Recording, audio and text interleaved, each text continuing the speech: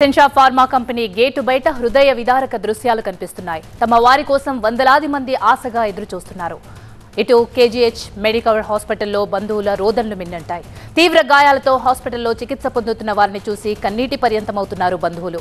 మరోవైపు ప్రమాదంలో చనిపోయిన వారి కుటుంబాలకు ₹1 కోటి, తీవ్రంగా గాయపడ్డ వారికి 50 లక్షలు, స్వల్ప గాయాలైన వారికి 25 లక్షల రూపాయల నష్టపరిహారం ప్రకటించింది ప్రభుత్వం.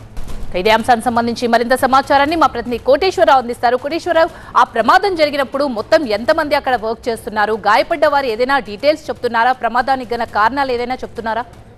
మొత్తం నిన్న ప్రమాదంలో అయితే 17 మంది మృతి చెందగా మరో 43 మంది గాయాల పాలయ్యారు. వారిలో మొత్తం 18 మంది ప్రస్తుతానికి ఉషా ప్రైమ్ అనకాపల్లి హాస్పిటల్లో చికిత్స పొందుతుండగా మరొక 7 వైజాగ్లోని మెడికవర్ హాస్పిటల్లో ఉన్నారు. మరొక 10 మంది వివిధ కార్పొరేట్ హాస్పిటల్స్లో చికిత్స పొందుతున్నారు.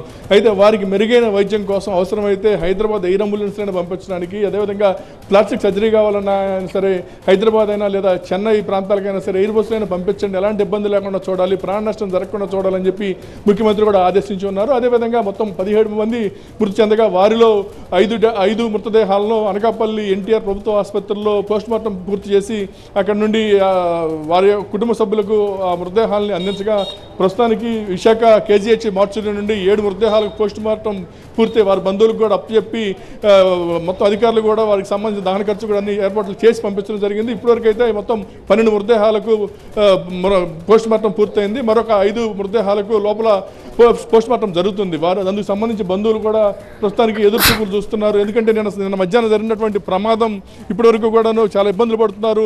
వారి యొక్క కుటుంబ సభ్యులు ఉదయం నుండి కూడా కన్నీటి పర్యంతం అవుతున్నారు. నిజంగా వారి యొక్క బాధని, వారి విషాదాన్ని ఆపడం ఎవరితరం కానిటువంటి పరిస్థితి. కొద్దిసేపటి క్రితం కూడా ముఖ్యమంత్రి చంద్రబాబు వచ్చి వారిని ఓదార్చడం జరిగింది. వారికి ఎక్స్‌గ్రేషియా కూడా ప్రకటించారు.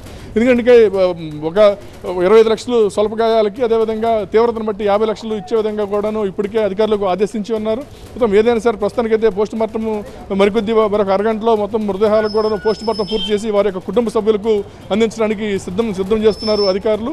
అయితే ఉదయం నుంచి కూడా ఒక సందిగ్ధ వాతావరణం నెలకొంది.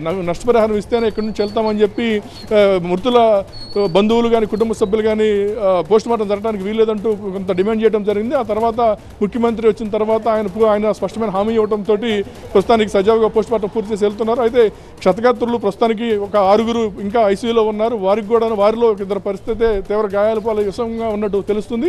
వారు రికవరీ అవుతారు అని కొంత డాక్టర్లు చెప్తున్నప్పటికీ కూడా కుటుంబ సభ్యులు అయితే ఆందోళన వ్యక్తం చేస్తున్నారు. ఏదైనా సరే ప్రస్తుతానికైతే ఈ ప్రమాదంలో మొత్తం 43 మంది గాయాల పాలవగా 8 మంది నిన్నే డిశ్చార్జ్ అవగా 35 మంది ఇంకా చికిత్స పొందుతున్నారు. ప్రస్తుతానికి వాళ్ళ కుటుంబ సభ్యులు కూడా ఆసుపత్రి వద్ద ఉన్నారు. ఏదైనా జరిగిన ఘటన దురదృష్టకరమని దీనిపైన అధికారులు సైతము ఒక దిగ్భ్రాంతి వ్యక్తం చేశారు.